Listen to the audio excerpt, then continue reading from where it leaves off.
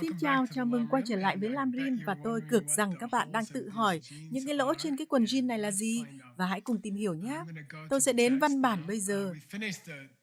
Chúng ta đã hoàn thành câu chuyện kinh khủng và tuyệt vời về người phụ nữ hoa sen xanh Upala. Người đã trở thành một vị A-la-hán và người đã tạo ra 500 A-la-hán từ những nữ tu của mình. Ở đây chúng ta tiếp tục với bài giảng Lam Rim của Ngài Papunka Rinpoche. Chỉ bởi vì mẹ của các bạn ở trong quá khứ không có nghĩa là bà không phải là mẹ của các bạn. Chỉ bởi vì những ngày là mẹ của các bạn ở trong quá khứ không có nghĩa là bà không phải là mẹ của các bạn.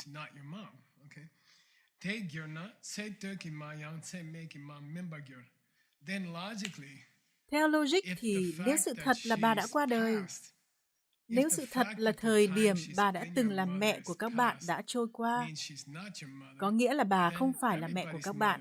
Vậy thì mẹ của mọi người đều không phải là mẹ của họ, bởi vì mẹ của mọi người đã là mẹ của họ trước kia trong kiếp này. Vì vậy điều đó có nghĩa là nếu mẹ của các bạn không phải là mẹ của các bạn năm nay, bà đã là mẹ của các bạn năm ngoái, thì bà không phải là mẹ của các bạn, phải không? Theo logic của các bạn, nếu bà là mẹ của các bạn trong quá khứ, thì bà không phải là mẹ của các bạn bây giờ. Được rồi, tốt. Vậy thì người mẹ đã sinh ra các bạn trong kiếp này không phải là mẹ của các bạn, bởi vì bà đã sinh ra các bạn trước đó. Đây là lập luận của Ngài Papunka. Thậm chí mẹ của các bạn từ ngày hôm qua sẽ không là mẹ của các bạn ngày hôm nay, bởi vì đó là quá khứ. Vì vậy nếu các bạn đã đi đến thăm mẹ của mình vào ngày hôm qua, sau đó các bạn trở về nhà ngày hôm nay rồi đột nhiên bởi vì ngày đã thay đổi, bà không phải là mẹ của các bạn nữa phải không? Bởi vì một ai đó trong quá khứ đã từng là mẹ của các bạn, thì không phải là mẹ của các bạn theo logic của các bạn. Tại sao? Denda Jin Paso. Bởi vì đó là quá khứ, bà ấy đã là dĩ vãng. Hôm qua cũng là quá khứ. Điều này thật là thú vị, Ngài nói đó là một loại vô thường vi tế. Paraba có nghĩa là vi tế, Mirapa có nghĩa là vô thường. Nếu các bạn chưa học về đạo Phật với Lam Rim hay với các khóa học ACI, thì Totpaka thật là khó để nắm bắt được. Sự vô thường vi tế thì khó để nắm bắt được.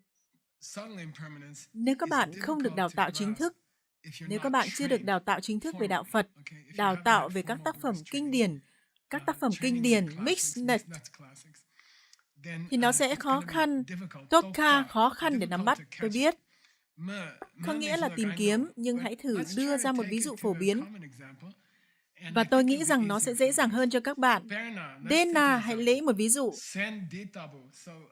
Dĩ nhiên, Ngài Papunka Rinpoche đang truyền dạy bài giảng Lam Rim của Ngài với một gian. Gian có nghĩa là cái khăn choàng mà các tu sĩ khoác trên vai của họ. Vì vậy, Ngài sẽ truyền dạy bài giảng của mình với cái khăn choàng trên vai của mình. Nanin có nghĩa là năm ngoái, đó là một thành ngữ. Nanin có nghĩa là năm ngoái.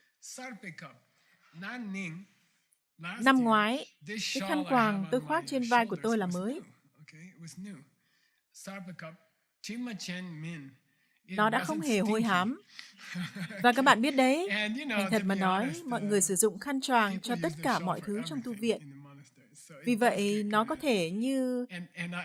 Và tôi đã biết các tu sĩ, tôi đã sống với một tu sĩ.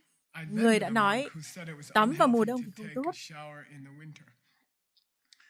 Vì vậy, ông ấy sẽ không tắm suốt cả mùa đông. Ông ấy sẽ không tắm nửa cơ thể của mình suốt cả mùa đông. Và như vậy nó có thể như Jimakan, có nghĩa là mala phải không? Nó có mùi thơm. Book drone có nghĩa là có lỗ trong đó, giống như những cái lỗ trong cái quần jean của các bạn. Chúng tôi có book tone, ví dụ tốt nhất của book tone. Trong văn hóa của chúng ta, văn hóa hiện đại là quần jean. Những cái lỗ trong cái quần jean của các bạn. Vì vậy, hãy nhìn xem, cái quần jean này đã không có những cái lỗ này một năm trước đây. Nhưng năm nay, chúng có những cái lỗ. Vì vậy, Ngài nói rằng nhìn vào cái khăn choàng của tôi đang khoác. Geshe Michael có thể nói, nhìn vào cái quần jean của tôi đang mặc. Các bạn biết đấy, book dome. Chúng có những cái lỗ trong đó. Nhưng chúng không có những cái lỗ vào năm ngoái, phải không? Và chúng ta đã không có mùi năm ngoái. Nhưng bây giờ chúng đang bốc mùi.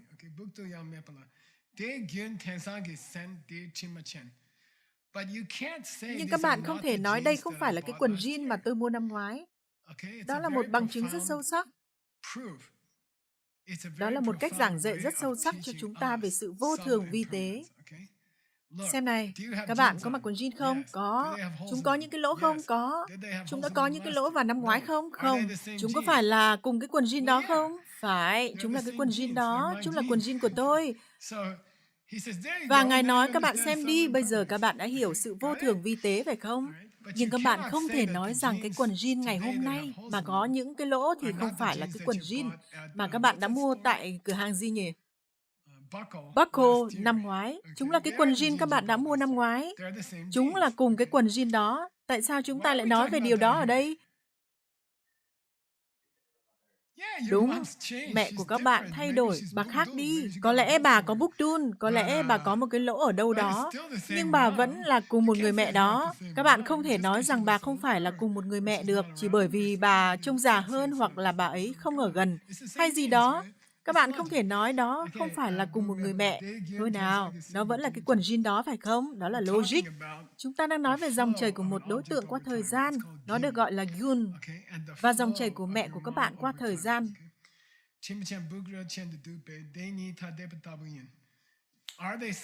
Chúng tách biệt, hay chúng không tách biệt, hay chúng là một. Chúng là hai điểm trên cùng một dòng chảy, hay chúng là hai thứ không thể kết nối. Có một cái quần jean năm ngoái còn mới từ cửa hàng, và sau đó có một cái quần jean năm nay có lỗ trong đó. Chúng tách biệt nhau hả? Vâng. Chúng được kết nối bởi một dòng chảy hả? Vâng. Chúng vẫn là cùng một cái quần jean hả? Vâng. Người đó vẫn là mẹ của các bạn hả? Vâng.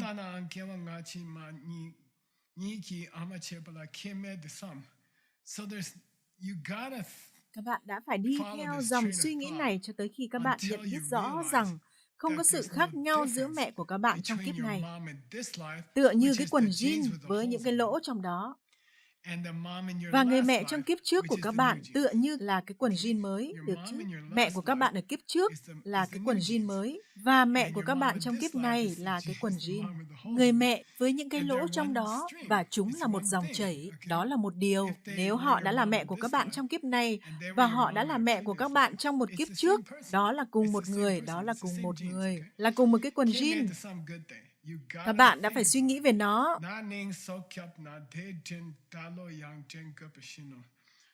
Tôi thích câu này. Tôi không biết tại sao, nhưng câu này đã luôn luôn dính với tôi qua nhiều năm. Naning Sokyap.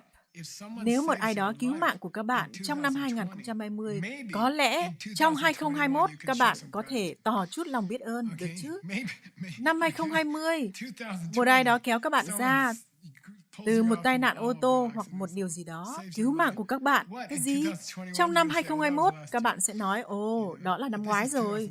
Đây là năm 2021, tôi không cần phải biết ơn nữa. Thôi nào. Ngài nói,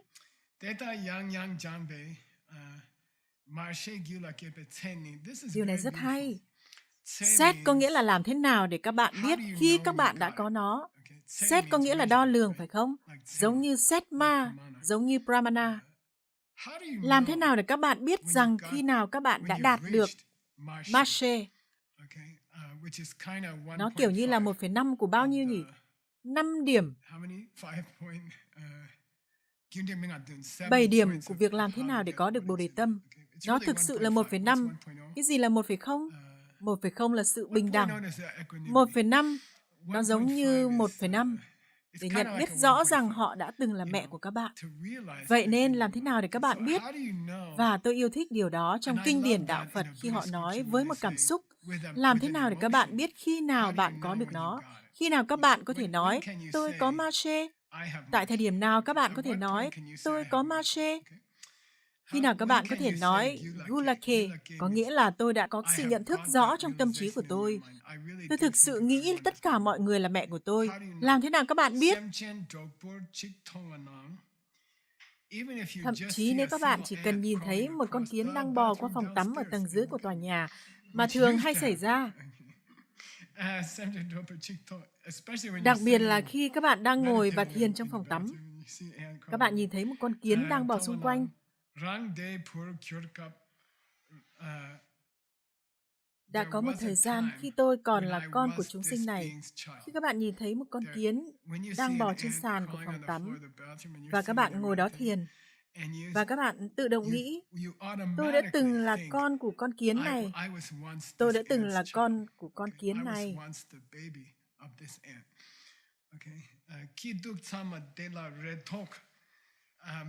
Có sai chính tả trong văn bản gốc, rất vi tế. Retort có nghĩa là tất cả những hy vọng và nỗi sợ của tôi phụ thuộc vào người này. Liệu tôi có một ngày tốt lành hay tồi tệ? Liệu tôi sẽ sống sót ngày hôm nay hay không? Phụ thuộc cả vào người này. Vì vậy, nếu các bạn đang ngồi ở trong phòng tắm và nhìn thấy một con kiến đang bò trên sàn nhà, các bạn nghĩ rằng đã từng có một ngày mình là con của con kiến và cuộc sống của mình đã phụ thuộc vào con kiến thời thời khắc khắc. Thăng thăng có nghĩa là, các bạn gọi nó là gì nhỉ? Không gợi lên. Tôi không biết nữa.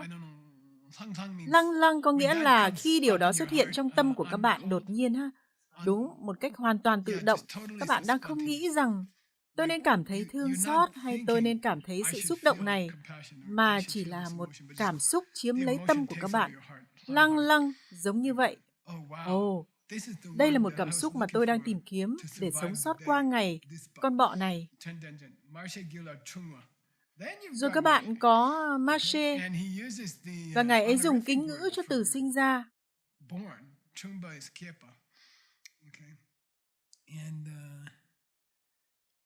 Đây là một sự lựa chọn động từ rất rõ ràng.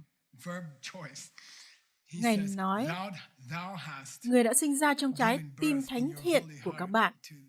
Với Marche, Ngài đang dùng kính ngữ mà chúng ta sẽ dùng đối với một vị Phật. Nó có nghĩa là nếu các bạn có thể đạt đến điểm mà các bạn đã có cảm xúc này với một con kiến đang bò trên sàn nhà, thì các bạn thực sự là một hành giả trình độ cao.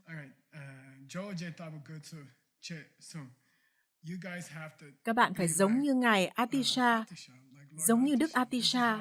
Đây là cách Ngài đã cảm nhận về một con kiến. Khi các bạn có thể cảm nhận về một con kiến như cách mà Ngài Atisha đã cảm nhận về một con kiến, một cách tự động, bất kể chính mình, thì các bạn có Marche. Tôi đoán chúng ta sẽ không bao giờ tới được mức đó. Bạn đã có một bức ảnh về con kiến cho tôi chứ? Đây là, tôi đã tìm thấy bức ảnh này. Cô bé này đang chơi với những con kiến. Tôi đoán các bạn chắc cũng từng làm điều đó, tôi đã từng làm điều đó. Chúng ta từng giết chúng, thật là tệ. Nhưng cô bé đang chơi với những con kiến. Có lẽ cô bé đang có những suy nghĩ đó. Với điều này, chúng ta đạt đến 2.0. Chúng ta đã đạt đến bước thứ 2 trong 7 bước cho việc phát triển Bồ Đề Tâm. Và điều đó được gọi là Jinren. Nói Jinren, nó không phải là tinh tinh, nó là Jinren. Jinren có nghĩa là nhớ lại sự tử tế. Karin Tenpa. Karin có nghĩa là sự tử tế. Tenpa có nghĩa là nhớ lại. Jinren là một từ ngắn. Jinren. Bước thứ 2, đừng quên những điều chúng ta đang nói về. Chúng ta đã nói về 6 bước thực sự các bạn có thể làm để đạt được thành quả thứ 7 là Bồ Đề Tâm. Giả sử, nếu các bạn chỉ đi qua những bước này từng bước một, các bạn sẽ đạt được Bồ Đề Tâm mà không cần suy nghĩ về nó. Thật là rất tuyệt vời. Đó là mục đích của Lamrim. Lamrim có nghĩa là hãy thực hành bài thiền này, rồi thực hành bài thiền đó, rồi thực hành bài thiền đó. Và rồi thậm chí dù không muốn, các bạn sẽ trở thành một vị Bồ Tát.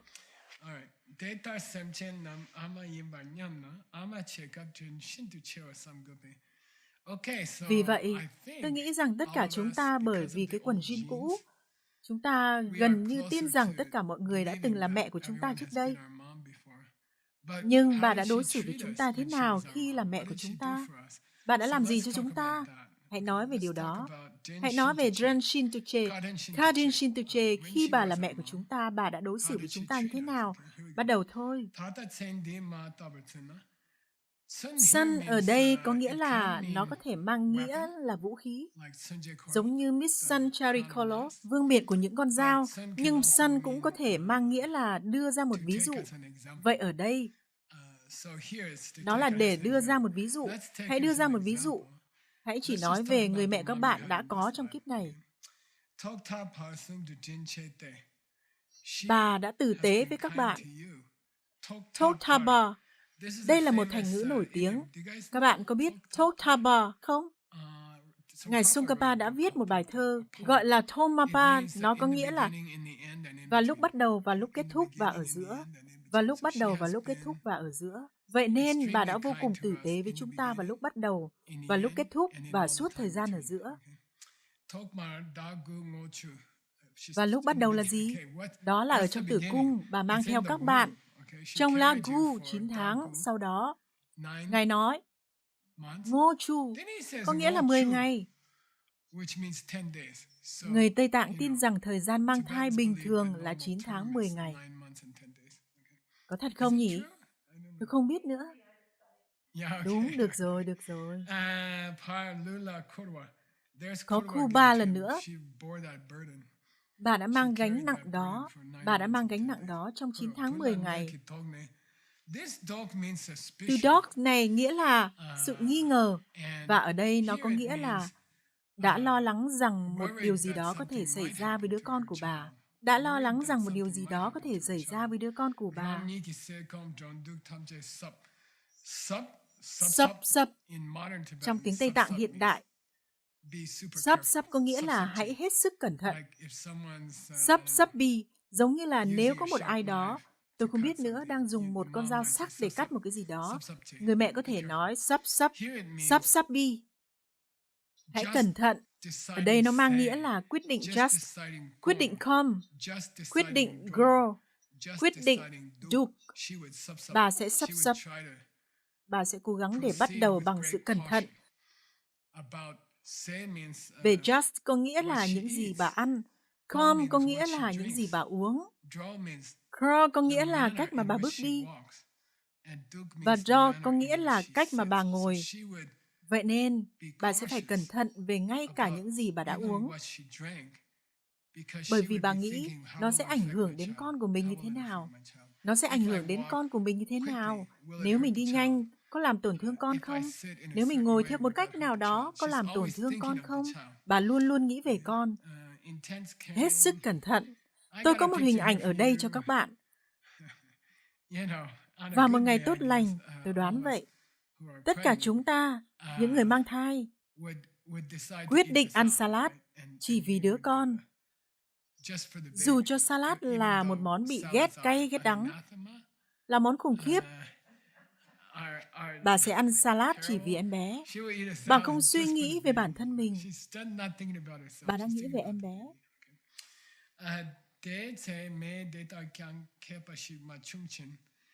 Đây là một câu khó. Dese có nghĩa là nếu trong những ngày mang thai đó, mê là phương tiện. Nếu mẹ của tôi, Deta Kyang, có nghĩa là duy trì một hành vi nào đó.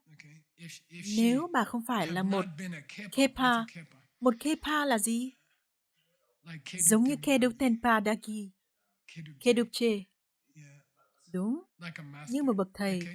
Nếu bà đã không phải một bậc thầy trong việc quyết định ăn gì, uống gì và cách đứng, cách ngồi, nếu bà không phải là một bậc thầy trong việc quan tâm đến hạnh phúc của đứa con,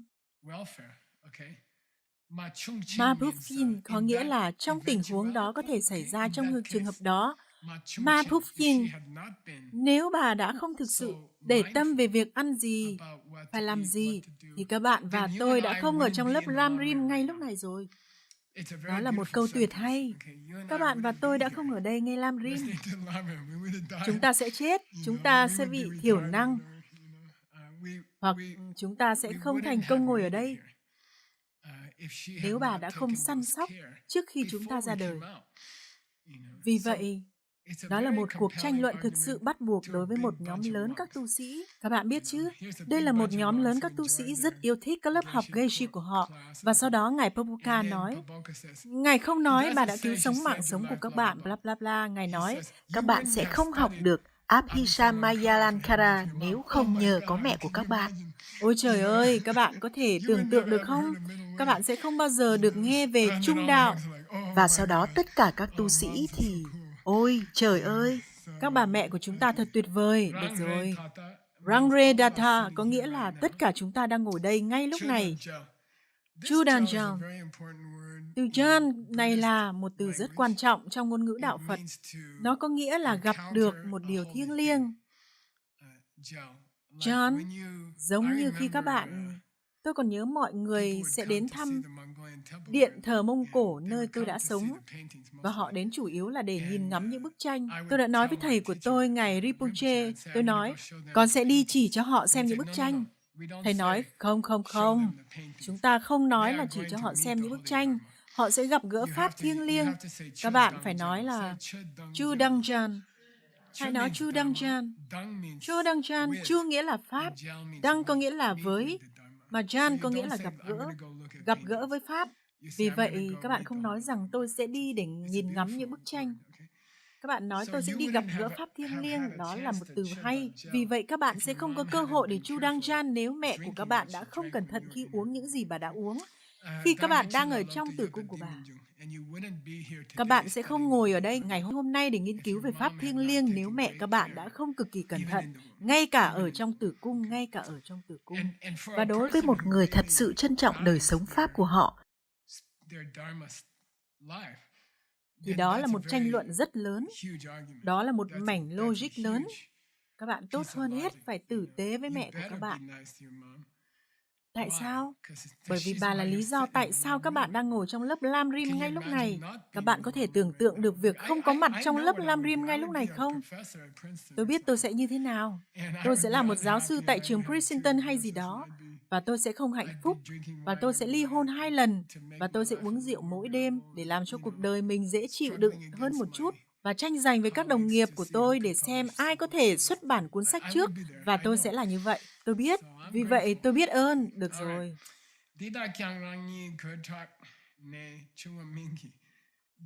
Điều này thì rất buồn cười bởi vì drug, đây là từ drug trong từ Bing drug, Bingba và Drupa,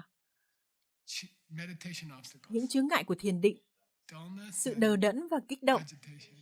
Vì vậy, từ drug có nghĩa là sự kích động. Từ cho một chimpan là gì nhỉ? Một loại lớn, các bạn gọi nó là gì? Con tinh tinh à? Cái con lớn nhỏ hơn con vượn. Lớn hơn con khỉ là con gì? Xin lỗi, nhỏ hơn con khỉ đột. Lớn hơn con khỉ. Con tinh tinh à? Đười ươi. Đúng, đười ươi. Từ tiếng Tây Tạng cho đười ươi là gì? Bigot. Con người bị kích động.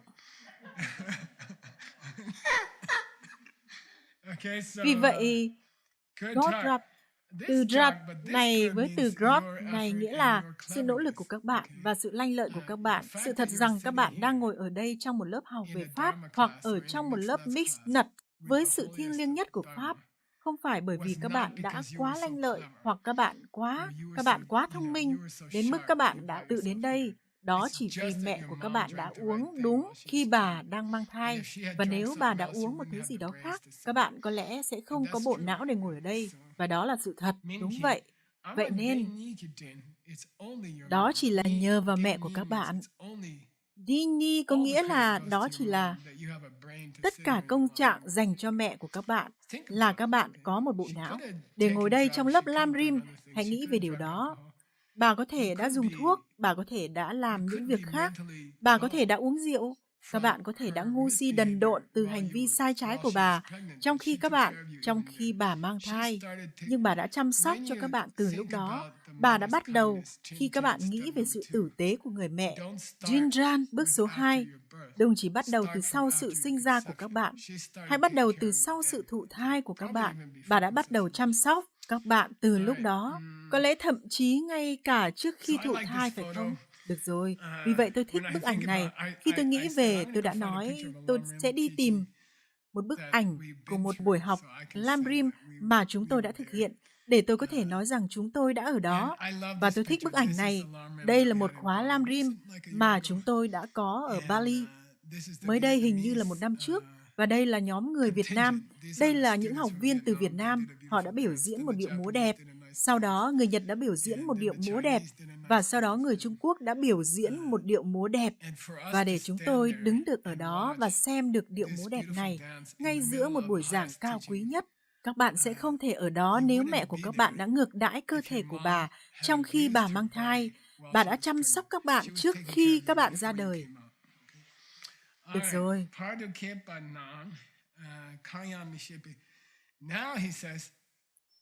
Bây giờ Ngài nói, ba thok thapa. Thok có nghĩa là vào lúc bắt đầu. Tha có nghĩa là vào lúc kết thúc. Ba có nghĩa là ở giữa. Hãy nói về ba. Ba bắt đầu khi các bạn ra đời. Ở giữa, bắt đầu sau khi các bạn ra đời từ tử cung. Padakepanang, ngay cả sau khi các bạn đã được sinh ra, các bạn là một cục thịt ngu ngốc mà không biết gì hết. Các bạn là một quả banh bằng thịt mà không biết gì hết. Điều đó nghe giống như một cách hay mà các bạn có thể gọi những người mà làm các bạn bực mình. Các bạn chỉ là một quả banh bằng thịt mà không biết cái gì hết. Tôi thích câu này. Tôi không biết tại sao. Câu này vẫn cứ đi theo tôi. Các bạn chỉ là một quả banh bằng thịt ngu ngốc. Và so chu có nghĩa là các ngón tay. Và so chu, se là lăng có nghĩa là tôi không biết nữa, nâng một cái gì đó lên cao trên các ngón tay của các bạn giống như thế này. Bà đang nằm và vừa bị mổ bụng ra vì các bạn. Và bà suýt chết. Và sau đó bà đã nhận được quả banh bằng thịt ngu ngốc nhỏ bé này. Và bà giống như, ôi, con thật đáng yêu. Và bà thì kiểu như nâng các bạn lên bằng 10 ngón tay của bà. Và tôi đã nhìn thấy một bức ảnh của No giống như thế này một tháng trước. Cô ấy giống như chúng tôi đang theo dõi các bệnh viện ngày hôm nay. Nó là một sự việc thông thường. Cô ấy đã đi đến bệnh viện. Cô ấy vỡ nước ối rồi. Cô ấy đã đi đến bệnh viện. Họ chạy thật nhanh đến bệnh viện. Được rồi, nó đã ra chưa? Chưa. Sau đó các bạn biết đấy. Các bạn làm công việc của mình, ăn tối. Rồi các bạn gọi cho Seiji hỏi nó ra chưa? Vẫn chưa. Cô ấy đang la hét. Được rồi, tôi hiểu rồi. Và sau đó các bạn tiếp tục làm việc. Đôi khi các bạn quên gọi cho Seiji. Sáng hôm sau, các bạn giống như tôi đã quên gọi cho Seiji tối qua. Các bạn gọi hỏi nó đã ra chưa? Chưa, cô ấy vẫn đang la hét. Và rồi đột nhiên điện thoại của các bạn reo vang và các bạn đã có bức ảnh của No với em bé. Giống như thế này. Đó không phải là sự thật sao? Nó luôn luôn là như vậy. Padu.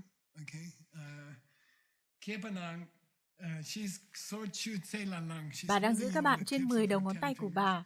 Sau đó, bà trông hạnh phúc giống như bà vừa mới tìm thấy một túi kim cương. Thật buồn cười. Thật là một bức ảnh buồn cười đối với tôi. Bà không nói, con đã suýt giết mẹ cách đây 2 giờ. Bà thì giống như, hãy nhìn vào điều xinh đẹp quý giá này. Giống như bà đã tìm thấy một túi kim cương hay một cái gì đó. Bà đang đối xử với quả banh thịt ngu ngốc này. Quả banh thịt ngốc nghếch. Đó sẽ là một cái tên hay cho một ban nhạc. Bà đang đối xử với các bạn giống như một túi kim cương hay gì đó. Nhìn xem. Tôi đã tìm thấy một túi kim cương. Các bạn có thể thấy những bức ảnh này. Đây là một bức ảnh phổ biến. Không khó để tìm thấy bức ảnh này. Gaso nghĩa là cô ấy tràn ngập hạnh phúc. Zaitra có nghĩa là sự ấm áp của cơ thể bà. Đây là một trong các cấp của Solam. Được rồi, nó là...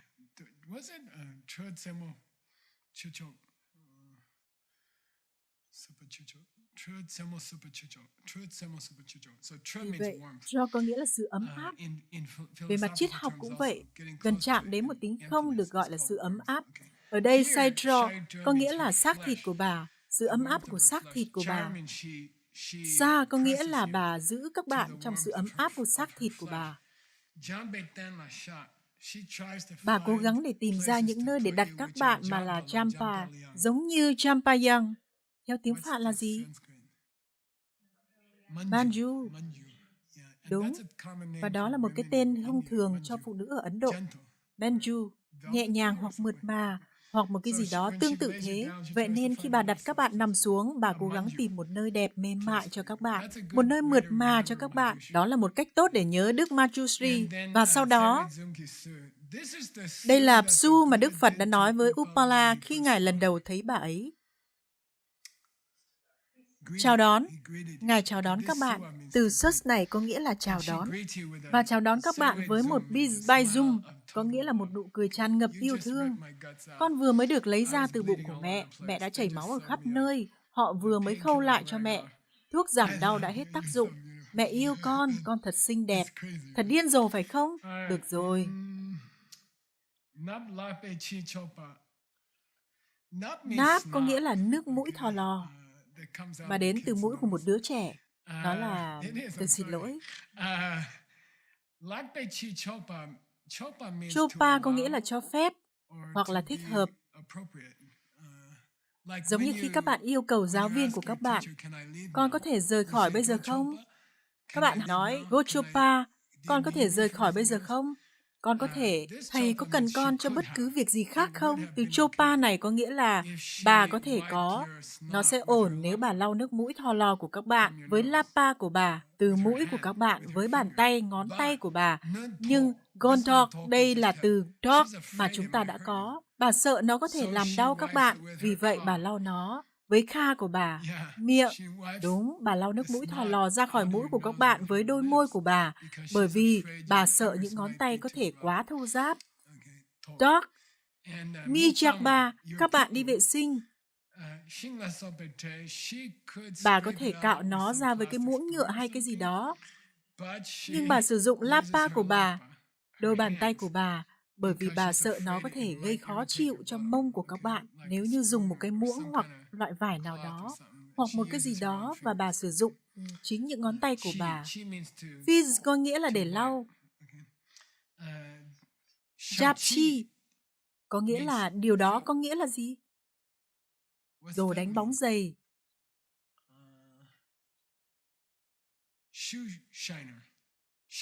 Sapchi, đó là một từ tiếng Tây Tạng để chỉ sự tham dự của một lạt ma. Một từ tiếng Tây Tạng lịch sự để chỉ sự tham dự của một lạt ma là Sapchi, miếng lau giày thần thánh. Này, miếng lau giày thần thánh, Ngài Rinpoche muốn ăn gì cho bữa tối ngày hôm nay? Hoặc một cái gì đó như thế. Được chứ? Jigme? Được rồi.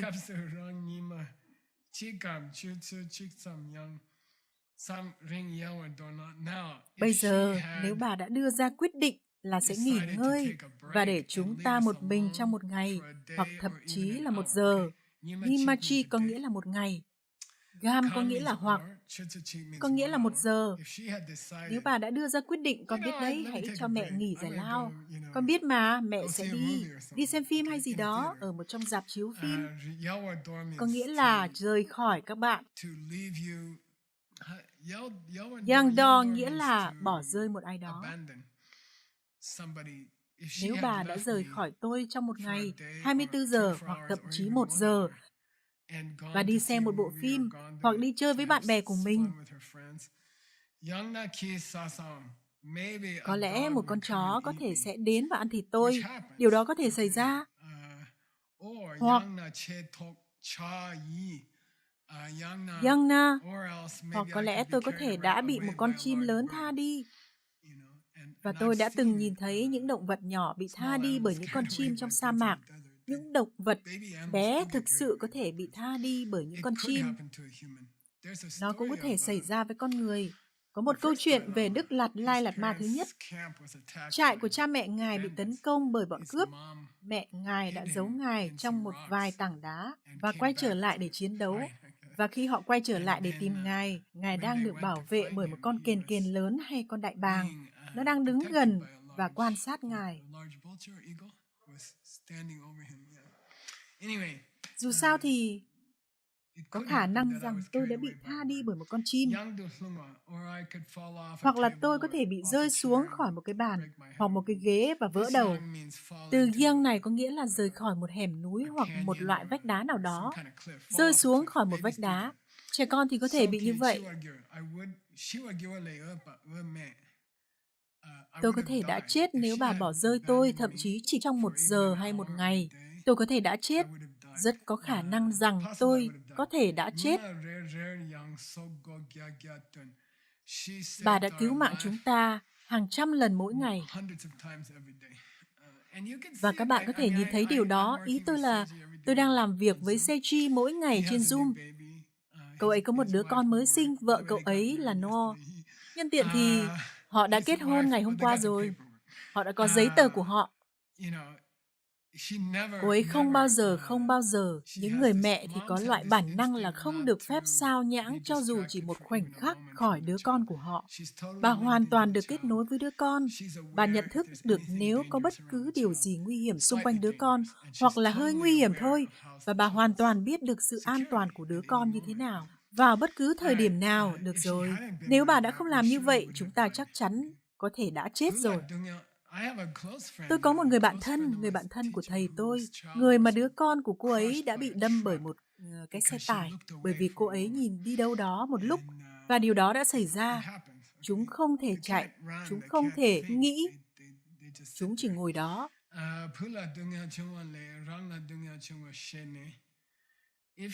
Nếu bà phải lựa chọn giữa việc con mình phải chịu đau đớn, hoặc mình phải chịu đau đớn, bà sẽ luôn luôn chọn chính mình gánh chịu điều đó.